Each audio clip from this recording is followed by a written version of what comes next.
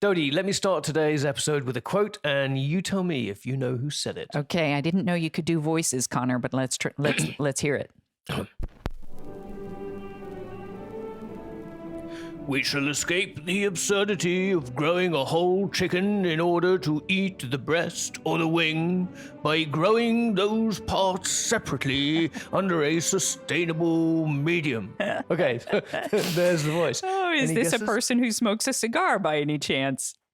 It is absolutely. It's no other than Winnie himself, Mr. Fight Them on the Beaches, Winston Churchill.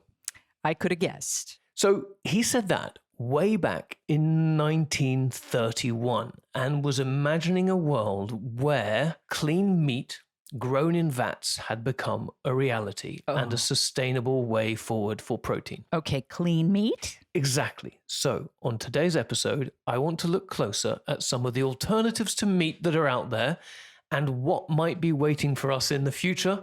And spoiler alert, guess what? This episode includes fungi. Because you cannot help yourself. I refuse to quit, and that's what matters on today's episode of Discovery Matters. Okay, Connor, who are you bringing to this episode? Well, let's start with mycology, shall we? Let's start with Tim. Hi, I'm Tim Finnigan. I'm currently the Chief Scientific Advisor for Quorn Foods. I know Quorn, that's the meat substitute product. Exactly. The origins of Quorn, believe it or not, start all the way back in the 1960s. It was one man's big idea, one man's vision, and that was Lord Rank. He was looking at what was happening. This is pre-Green Revolution, and at a time when the world genuinely thought that it was going to run out of food. And he just decided to do this amazing thing and set his team out to go and find a new source of protein. He decided that something needed to be done. So, Lord Joseph Arthur Rank's team went looking for a microorganism and one that would transform the plentiful starch that was around into the less than plentiful protein. I think that was quite a brave thing to do at the time, because although mankind has eaten microorganisms for thousands of years, it's usually because they do something to something, like yeast in the manufacture of bread. Whereas this idea was, why not actually look at the whole of the biomass itself? So they looked at over 3,000 soil samples worldwide. So we're looking at eating dirt. Well, it's not really, right? It's things that live in dirt, okay? So eventually, one day in 1967, they found what they were looking for, and where they found it blows my mind. And again, so the story goes, it was in somebody's compost heap in Marlow Bottom in Buckinghamshire.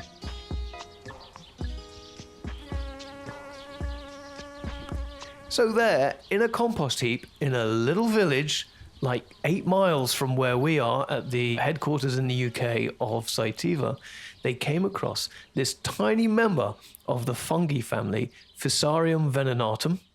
And by the 1980s, Lord Rank was given permission to sell this microprotein for human consumption, and voila, Quorn was born. We know it's got amazing nutrition. We know that it's environmentally very benign relative to other sources of protein. And most importantly of all, it actually creates fantastic food that is sold, available currently in 17 countries worldwide. An amazing journey for one man's idea and a tiny little member of the fungi family in a compost heap. All right, describe how that fermentation process works exactly. So Tim says you can kind of think of it like a very large brewery. And we've spoken about breweries and yeast. Yeah, we love that. Yeah. The difference being that, we're harvesting the solids and not the liquid. But the start of it is something that's quite amazing, because, if you've ever made bread or wine at home, you open your yeast sachet. That's kind of exactly what starts, what happens at the start of each fermentation run to produce mycoprotein. And those few tiny little spores of our production strain get brought back to life in a little bit of sugar solution and just sit there happily in about 5 litres. until they get to a certain sort of growth concentration, and then they get put into the fermenter, which is about 160 meter cubed, 160,000 liters. So what a dilution that is, 5 liters to.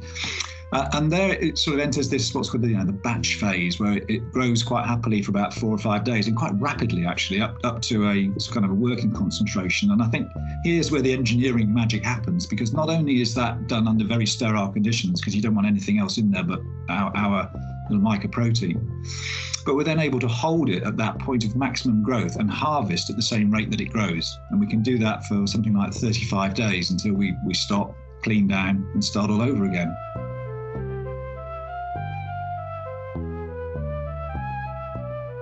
That's incredible. So, there's no limit to what these remarkable organisms can do. You're right. So when it comes to corn, what is it really that makes it such a flexible protein foodstuff? Yeah, so the big reason is that it's actually filamentous, which means it's, That's a big word. It means... So when a cell continues to elongate, it doesn't divide. It just kind of stretches, right? So you get textures. Oh, like gluten. Mm-hmm. Our fermenters are what's called airlift, which means there are no moving parts. So they are just like a big recirculating mass of growing mycoprotein with air going in at the bottom through, which causes bubbles. The bubbles rise up to a certain height. Then the gases, pressure changes. The gases disengage and the fluid drops down. But there's quite a high recirculation velocity. That actually works very well with filamentous fungi in what's called submerged culture. Because otherwise, if you try to do it in a stirred tank, then it's quite difficult because you've got these kind of long fibers. Lots of other fungi prefer to grow as little sort of tight balls. So maintaining this filamentous nature is actually really, really important for the subsequent food that's produced. And the reason for that is that there's kind of an optimal dimension to these mycelia, and that there's kind of roughly 3 to 5 microns across, which is sort of human hair territory, I guess, and probably about 750 microns long with kind of branches on them. And in that sense, it's almost as if nature's done the heavy lifting for Tim and the team at Quorn. How kind. So unlike other plant proteins where you're looking to extract protein and isolate it and extrude it and produce texture that way, all that has to happen with mycoprotein is you cook it with a little bit of binder in there, freeze it, and that's it. And it's the act of freezing that pushes those filamentous fibers together and creates then a fibrous bundle that emulates meat, and particularly chicken texture. The mycoprotein, when it's harvested, is a bit like bread dough without the elasticity. So you just look at it and think, how on earth can you create something that tastes like chicken from that? And it's just simply cooking and freezing. Oh, I love that this is neither vegetable nor animal. I know, it's like that 20 questions game, animal, vegetable, or mineral, and no one's ever going to get it because there's none of those. Okay, so we've covered mycoprotein, even though, Connor, you'll never be done talking about it. But what other new alternative protein sources are out there right now? So, welcome to the world of cell-cultured seafood. And your guide today is Dr. Lauran Madden. I've always been, very interested in, applying a lot of the engineering problem-solving principles to biological systems. And, how can we take advantage of this, naturally occurring phenomena and very interesting processes and networks that happen in cells and really create solutions and technologies to, help us move forward.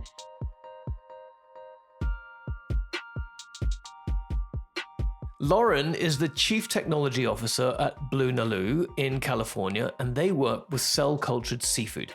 So I was actually the first employee at BlueNalu. So when I joined, even just the concept of joining, I looked at the initial job description, and when you look at the top line, creating seafood from cells, you think, oh, that's interesting. But then when you looked at all the technologies that are needed, creating robust cell cultures, creating the expansion technologies, the tissue engineering technologies to reform them into a product, all of those, I was like, I've done that before, not for this product necessarily, and with different applications, but the fundamental building blocks, existed in a lot of regenerative medicine and a lot of chemical engineering technologies. The key was, how do you take an existing industry or multiple different types of technologies and optimize them for this specific application in food?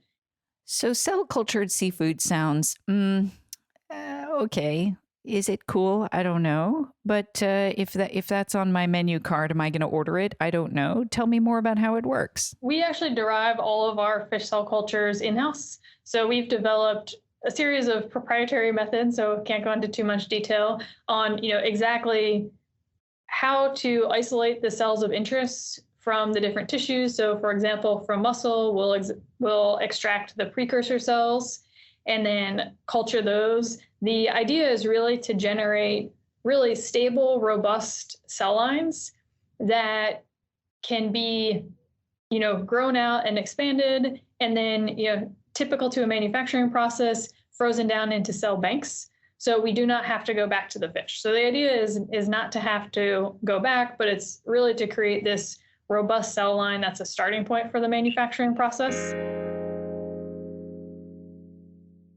And Lauran says that what she really focuses on as she tries to create the end product for her work is that she's using both core biology and engineering fundamentals to achieve it. So I think for me, it was still a really fun scientific problem and engineering problem. And I think one of the awesome things too is that you start actually putting together technical fields that have not worked together before. And so it actually creates a very innovative environment in terms of the problem solving and getting that exchange of ideas. So the whole thing is really highly multidisciplinary. From different parts of science comes this innovation. Okay, so you've got engineering, biology, clearly food science. What are the other disciplines that Lauran is bringing together? There aren't even existing whole genomes for some of the species that we're working on. So we actually have to start creating those foundational tools and then applying them to the new systems, working with the bioprocess engineers, creating new cell culture medias that are animal-free cell culture medias that actually have the right nutrition and combinations to support the correct metabolism. And then, of course, adapting some of the existing technologies to the unique environmental needs of fish cells. Now, unlike mammalian cells, which, we're really familiar with because, as an industry in biotech, we use them all the time, fish cells are typically at different temperatures, they require different environmental conditions and have special needs. So the process control is definitely different, and the sensitivities are different from what is out there currently. And I think one of the, on the downstream side, with the food product, I think that's where you get some of the most interesting dynamics, because at the end of the day, the cells coming out of the bioreactor are the building blocks of the product. And we think about them not only, are they correctly expressing the right, genes and proteins, but do they have the correct nutrition? Are they making the right metabolites? So you have those umami flavors, that right saltiness or that right aspect that uniquely creates seafood versus having a chicken cell or a beef cell, which is going to have a different flavor composition. So Lauran explained that one of the main things about seafood that makes it different from, land-based meat, if you like, is the challenge in the supply chain comes from multiple dimensions. Oh, here we go again with supply chain. Supply chain. So there's not only, for example, if you take bluefin tuna or some of the other endangered species, there's a very limited supply, but there's increasing demand.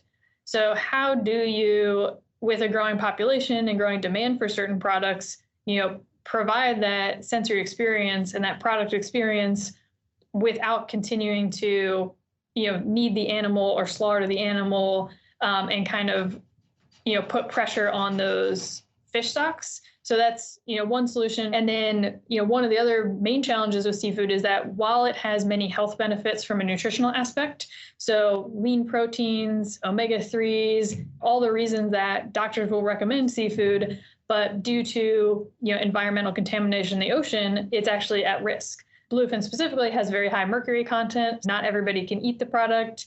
Now, there's a lot more news out there about microplastics or PCBs or other things that are, naturally in the ocean that are getting into the food supply that really call into question, is this actually healthier if along with that nutritious profile, you're kind of getting these ride-along environmental contaminants? And this is becoming more and more important as people understand more and more about the impact of industrial fishing, not just on fish stocks, but actually what's in those fish as well.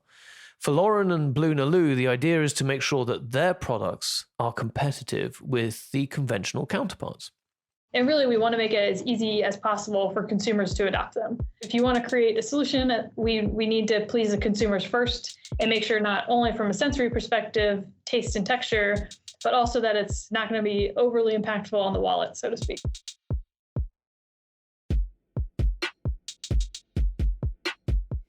So now it's like, Connor, you and I are a little bit obsessed with food besides mushrooms. Maybe we're always hungry. We talked recently about chocolate. And I guess what this all adds up to is that there are better alternatives for almost everything that we consume every day. Do we really? I mean, the only thing we can do is keep asking that question and meeting more and more really interesting scientists like Lauran and Tim, who keep pushing the boundaries of what's possible with food.